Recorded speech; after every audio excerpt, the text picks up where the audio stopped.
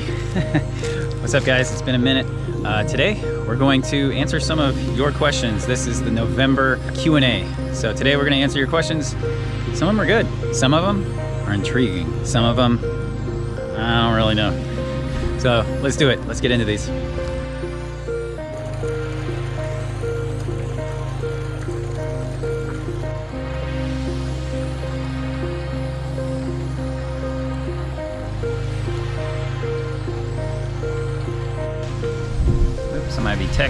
Somebody's texting me. All right, first question comes from Damien Cardenas _0. What is my favorite exotic turtle, homeboy? And he really said homeboy. My favorite exotic would probably be,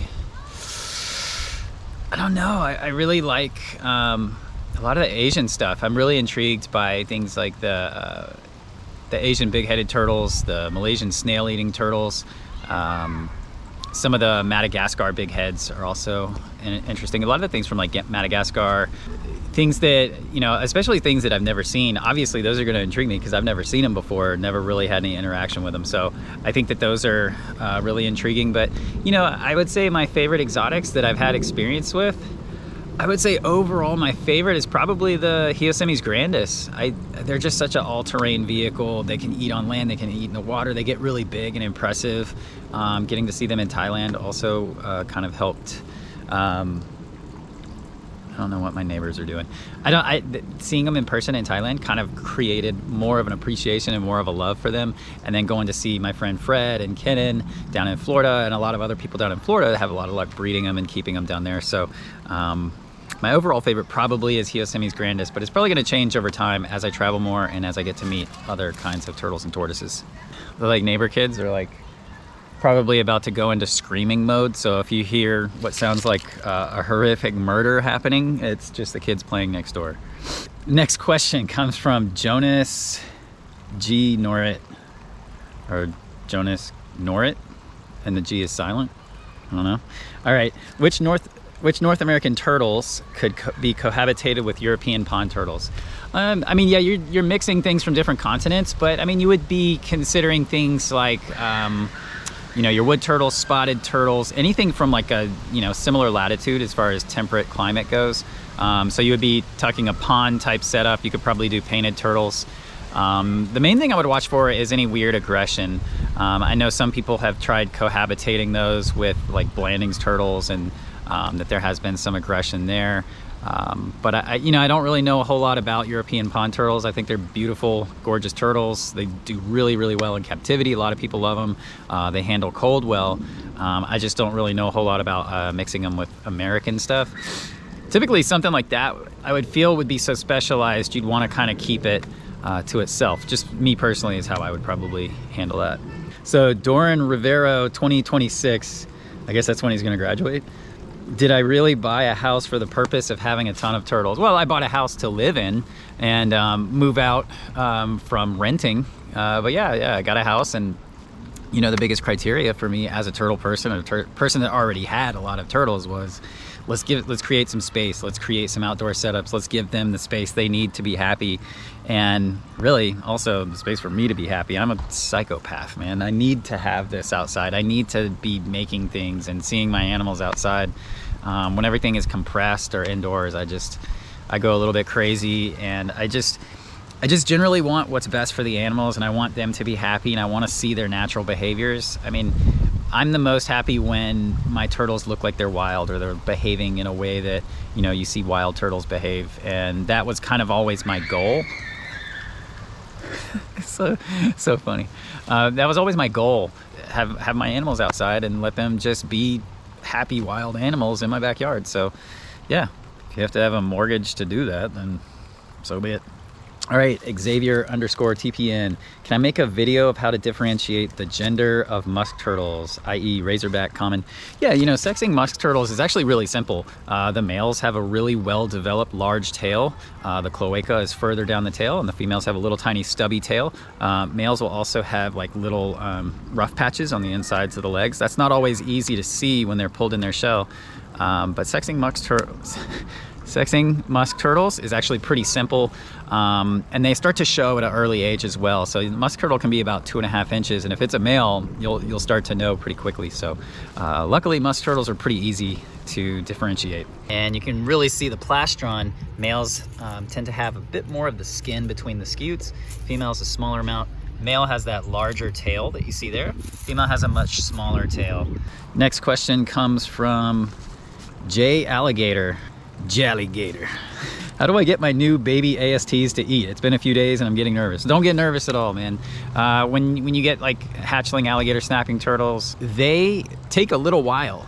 You want to get them set up. You want to give them tons and tons of cover. Don't stare at them. Don't go walk up to the tank and tap on the glass, and then just give them space and give them a whole lot of live fish. You want to do gambusia, guppies, things like that, because you want to really replicate what they're going to be doing in the wild, and that's they're going to go find a little place, maybe get vertical against the base of a tree or in some sticks, or maybe lay in some sand, and they're going to wiggle that little worm tongue that looks like a mosquito larva, and they're going to attract those little live-bearing fish that like to eat mosquitoes. So just fill their tank with that. Make sure it's plenty warm, not hot, and they should do good. It's just be patient. These turtles last a long time, and everything they do takes a long time. So they take a little while to get kick-started, but once they do, I mean, they'll be knocking those fish down every night. Yeah, a guy who likes turtles, it's the homie Lawrence. Do I like to grow certain plants indoors? Throughout the winter, I will move some of my water hyacinth inside so that I can at least have some to start again in the spring, because if I leave it outside, it's all gonna die. So you can see some right here. So that's actually a filter attached to a pump, and so I use those water hyacinths to help filter the water, and I'm gonna break some of those off in the next couple weeks, put those down in the heated garage where some of the turtles and tortoises are, and they don't do well through the winter, but they do actually make it, so I like to use that. Rand the Russian tortoise _ asks, best food for loggerhead musk. Like most of my turtles, I like to go all natural. With loggerhead musk turtles, I like to use things like krill, snails, pieces of shrimp, and then I will work in like the Zoo Med musk turtle diet. I don't like to go too heavy on pellets. And then, when they're in these outdoor setups, I just let them forage, and they're gonna go around and they're gonna get like little dragonfly larvae, little worm larvae, and just giving them the ability to kind of forage around and find things in addition to like what you feed them is just so much better for them. But yeah, like any of those things, I mean, you can even, if you want, you can cut up little pieces of tilapia and other kinds of fish. But I prefer to do whole things, crustaceans, mollusks, stuff like that. And some of that stuff you can find at the store. They also, I think Zoo Med has like a can of snails. I've never tried it because I think the snails don't have the shell on them. But you can also grow your own snails. Some of my tubs that I have outside have a lot of plants in them. So there's a lot of these little pond snails. I'll just scoop those up, put them in with the musks, and they'll eat them. And then the musks that live in these habitats also find them on their own. So those are the things that I like to use. All right, so this is the last question. And this one's kind of an interesting one because I don't really know the answer. I'm not saying I'm about to blow it on your question. I'm just saying I don't know the answer. Wappler B, W Appler B. I don't know, man. These are screen names, so it's not like I can make sense out of them. The biggest common snapping turtle I have ever seen. Let's see. So I've caught a few big ones recently in Georgia, but I tend to find that Georgia and most of the South, the common snapping turtles don't get as big as they do up north. The biggest one that ever in my mind stands out was I caught one when I was about 13 or 14 with my brother at a family farm pond in Kentucky. And it was so huge. I remember like my hand was the same size as its rear foot. And I just remember it was like so big, but I also was young and smaller, so I don't know. I haven't like caught it again since, but I have caught like a couple Florida snapping turtles that were pretty big and respectable. Also, I went to Silver Springs one time, and Silver Springs has some giant snapping turtles in there. They're Florida snapping turtles, common snapping turtles, whatever. But they're really big, and they come right up to the docks and the places because they actually give you like little pellets you can feed them, so they'll swim up, and they're so impressive. But yeah, so I would say top 3, the one from when I was a kid in Kentucky, and then one of the Florida snappers I've seen at like Silver Springs, and then maybe one that I caught a couple years ago in a herping video for World Turtle Day. That one was pretty impressive as well. This ancient guy was making his way up the creek. This is a big, big turtle. Trying to wrestle this guy for about 10 minutes before I got the camera out because there's just no solid footing here. So I've been doing what I can, but as you can see, that is a big common snapper. He's probably every bit of 30 or 40 pounds. So truly a monster. That is a really impressive common snapping turtle. So I'm gonna try and get some photos of him, and then we'll film a release. But look at the size of this thing. Look at that head. But just a overall very large turtle. I mean, I've caught a lot of these. This is one of the bigger ones I've caught in Georgia.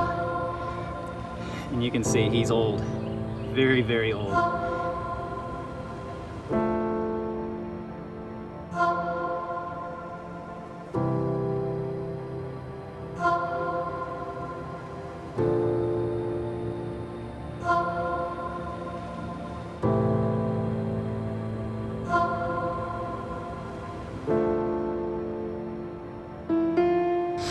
So I want to thank you guys for sticking around, watching through this Q&A. Appreciate all you guys. Like, comment, subscribe, share my videos. Let's try and grow the channel. If I can get to 100K, I'll do something crazy. Actually, I don't think I will. Yeah, thank you guys. Share these videos. I'll catch you guys next time. Take care. Peace.